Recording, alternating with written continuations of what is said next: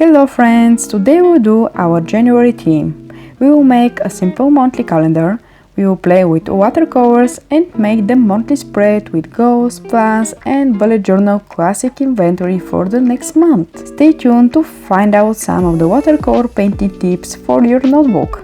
Hello everyone and welcome to Bullet Journal Engineer. For those who don't know me, my name is Emilia, and for everyone else, I'm glad to see you on the channel again. I hope you have a great holidays and Santa Claus gave you wonderful presents. Well, enough talking, let's get started. As you already know, today we'll do the monthly design for January. For years, January has been my space spread, my cosmic spread. I like to start my year with something as spectacular as the universe. On the right side, I will illustrate how the universe comes out of a bottle. Since the bottle itself is a sticker, I have to paint the sky under it. I drew the borders of the sticker in advance and started painting. As always, I'm extremely careful with the amount of water I put on the page. To make it as colorful and aesthetic as possible, I make the sky of only 3 colors and their varieties: navy blue, pink and black. The combination of them and the nuances make pleasant mystical look of the whole page. During the application, I try to not mix them completely so that the individual colors can still be seen and create the impression of nebula. I quickly measure whether the bottle sticker will fit and make the necessary adjustments. Once the shape is correct, I continue with the exploding universe. The method of painting is exactly the same as the one under the bottle, with the difference that I draw more attention to the light shades. When I made the bottle down, the edge of the universe had to be sharp because, I need to contain it in a bottle. And now at the top I try to blur the edges more. Usually while painting with the watercolor, it is good to have 2 containers of water where to wash the brush.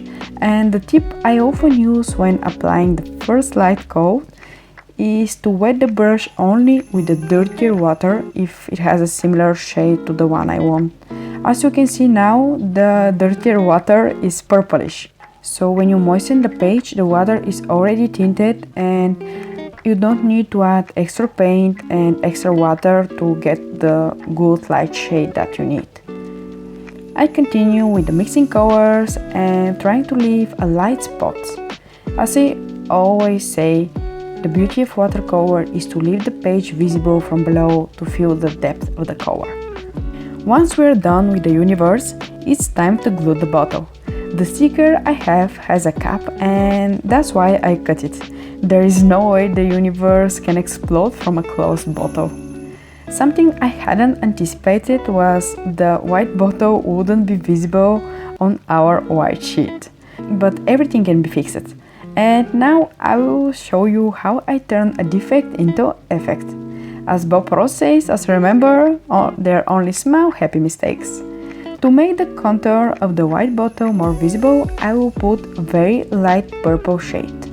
This way I will give the bottle a little shade and the white will have something to contrast with, at least a little, so it's a bit more visible.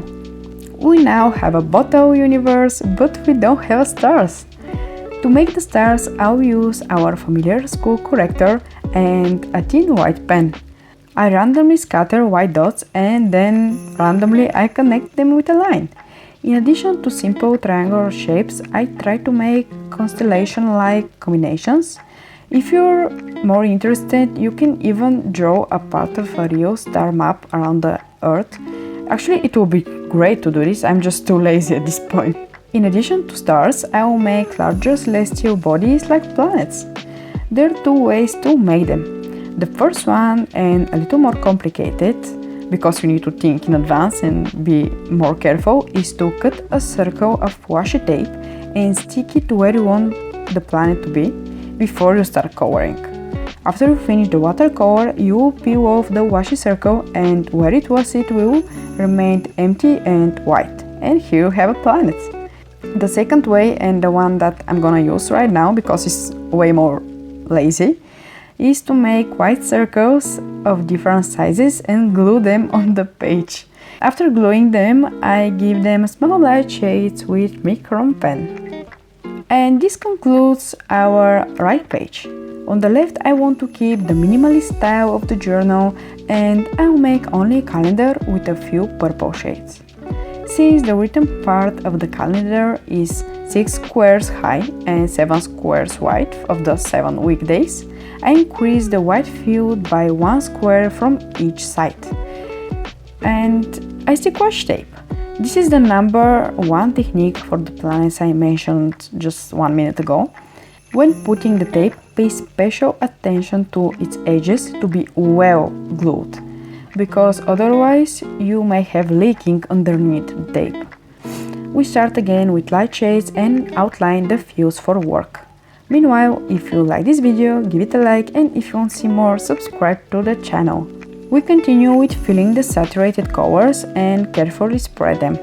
While painting this spread, I listened to Sleeping at Last album, and more specifically to his song 5. I even sing it to myself, but I will show you mercy in this video, and I will not sing it in front of you. I will just put a link to the song in the description so you can listen to it, and then you can actually understand why is my mood so cosmic. And now it's time for the most satisfying moment, to remove the tape. Honestly, I'm ready to paint around the clock 24/7 just to peel off the water tape later. No leaks are visible, which means that we have glued the tape well. This is the result that you want to achieve. If you have even a little bit of leaking, sometimes it can ruin your whole page. I mean, not ruin, you can always fix it, but you know, if you put the tape, just make sure to put it well. I finished the cover page by adding the words Hello January. I can admit that I write hello in front of the month's name for the first time a month ago, and in the past I've always written only the names of the month. January, March, September, and that's it. And now I feel like writing hello in front of the month is like I congratulate an old friend that will help me with my progress. Like, hello January, thank you for being here, you know, I'm grateful for you. I hope that I'm not sounding schizophrenic, but yeah, it helps me for the perception of the month. You know, it's something good that happens to us. We have more time to experience our lives, and I think you understand me. I will just stop talking about this topic for now. We continue with the monthly spread. On the right, I'll make a calendar with larger daily fields in which I'll be able to record various things. Since my page is exactly 28 squares wide, I can divide them by 7 and get 4. So 4 squares will be the side of my daily square. Usually in this type of calendars, I turn them into a bit non-commercial trackers. For example, I do a little doodle of what the weather was like every day, cloudy, sunny or windy. I have not yet decided what I will use this one for, but there is still some time till January, so I'm in no hurry. Inspiration will come eventually. I will divide the left page into several fields. The first one will be about planning my videos, but probably you're not a YouTuber yet, and you don't need that field, but you can use it to plan hikes, sports or other activities. The second field, as you can see, is for my monthly goals. For me, they're the most important and feasible goals. If you set goals every day and you want to achieve every goal every day, actually the time is too short. If the goal is meaningful, I'm 100% sure that you cannot achieve it just for a day. And on the other hand, if you only set yearly goals, as we did at the start of our journal, you can see only a bigger picture and you can complete the details. So in my opinion, the best way to divide your yearly goals is by 12, one for every month. In this way, you divide it into 12 equal steps and you can track them every month. There is no need to be always on track, you know, there is no need to do part of this goal every single day. You just need to finish something for the month. But I'll talk about this in more details in one of my next videos on how to create our goals wisely and achieve them with the help of our bullet journal. Very quickly, on the right, I do field for tasks that I left directly for February. That's how I don't move them from one weekly spread to another weekly spread all the time. If I have some task directly to February, I just put it in this field. And back to the goals, another important field for the fulfillment of the goals I'm doing is the revision of the past month. This is the field that I will fill in at the end of the month. On the last day, I take an hour to figure out which of the goals I'm performing well and which I'm not, and then I'm writing why. For example, okay Emilia, you did this well, but you can do it better. How you can improve it? And that's how you are not just doing goals and goals, you have a mindfulness how you do them and what to improve for the next month. I finished with stamps, of course. I finally put the stamps on the days of the week, and then I start with the watercolors. While painting with watercolor on paper that is not specially adapted for it, exactly like notebooks, you should pay attention to three main things. The most important thing is to not overdo it with water. If you do, you can tear the page, stick it with another, and ruin the neighboring ones. For this, be really careful. The second thing to pay attention, and I'm mentioning for the first time in this channel, is not to moisten too much the middle of the page where the threads that hold the pages together are caught. It is enough to soak one thread with purple to make the whole notebook purple in the middle. The third is again to be careful with the amount of water, but this time on the edges. No matter how little water you put, the edges of the pages are much more vulnerable than the face. And even a little water can swirl along the whole page.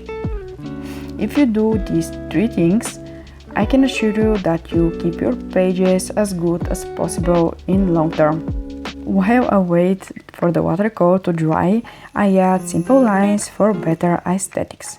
To be honest, the January spread is always my favorite because I'm starting something new. I'm sure it's the same for you too. In general, the New Year's Eve is refreshing, and since I will be posting this video before the start of 2022, I have some advice for you. To start a fresh new year, don't make New Year's Eve only your starting date. Make it also your finish date. Think of January 1st as a deadline to finish the past year. In this way, you can clean your mind from the past tasks that you have been struggling with and start the new year fresh. You still have a little more time, so use it wisely. In the next video, we will do our weekly spreads with different layouts and again with watercolor. So check out the next video too.